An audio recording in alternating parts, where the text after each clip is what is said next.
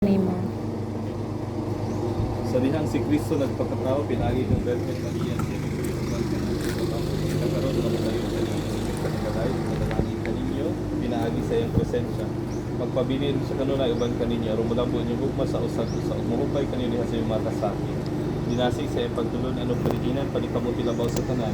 Ang pagmukna nini inyong kanimalay sipulianan sa hukma na nagakailap sa kaayon na sa Kristo at sa tanan dapit. Ang pagsangyaw sa santos nga ebanghelyo sumala ni San Lucas. Veronica o Cristo. Bisan dili malaya ka mo moabot, unahan niyo pag-ingon ang panagdait maanaa niini malaya. Kung dito may nagkuyok nga nagtugmaon sa tulitan, Certo family nga nagkuyok ug nga nag-iya ini bag-ong panimalay. Sila nangalyupo sa imong panalangin. Panaligdi sila sulod sa balay. Ubani sing mamahalin sa nagkuyok nga kahari ang tulod sa kahangturan. Amen. Magkibaya ka Maria, natulog ka sa grasya. Ang Ginoong Diyos na ilahan at tao sa babae. Yan kasusigan po mo kami kasala ang karanap sa oras ng kamatay. Amen. Ang Ginoong Diyos ang kanino. Bulahan ikaw sa mga ingat na. Bulahan mo sa agi susaka. Hangad.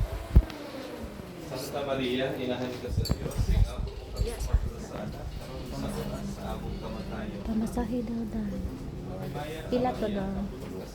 Pila. Ang Ginoong Diyos ang kanino. Bulahan ikaw sa babae.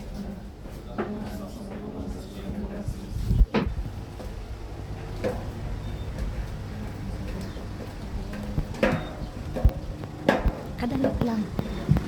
Bulahan mo sa mga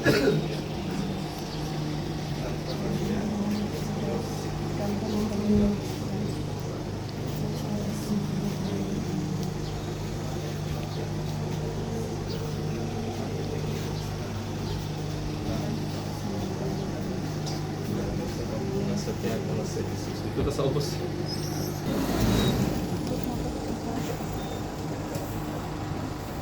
Itong manunubos. Amahan namo nga naa sa mga langit, pagdaygo ng imong ngalan.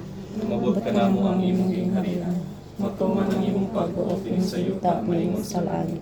Ang kalano namo sa matagad daw, ihatag ka namo karong adlaw. Ug pasaylo kami sa among mga sala. Ingon nga nagapasaylo kami sa nakasala. Dili mo kami itugian sa panulay, ginunuhalo sa kami sa tawanan. I-bless ako sa ninyo, Alfred, naman din Santo.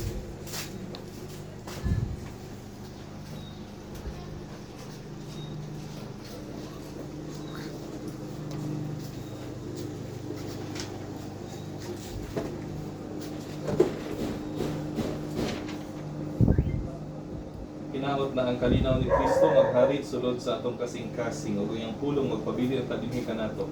Aron bisag unsa atong pagabuhaton pinagi sa pulong buhat ato kini himuon sa ngalan ni Kristo atong Ginoo. Amen.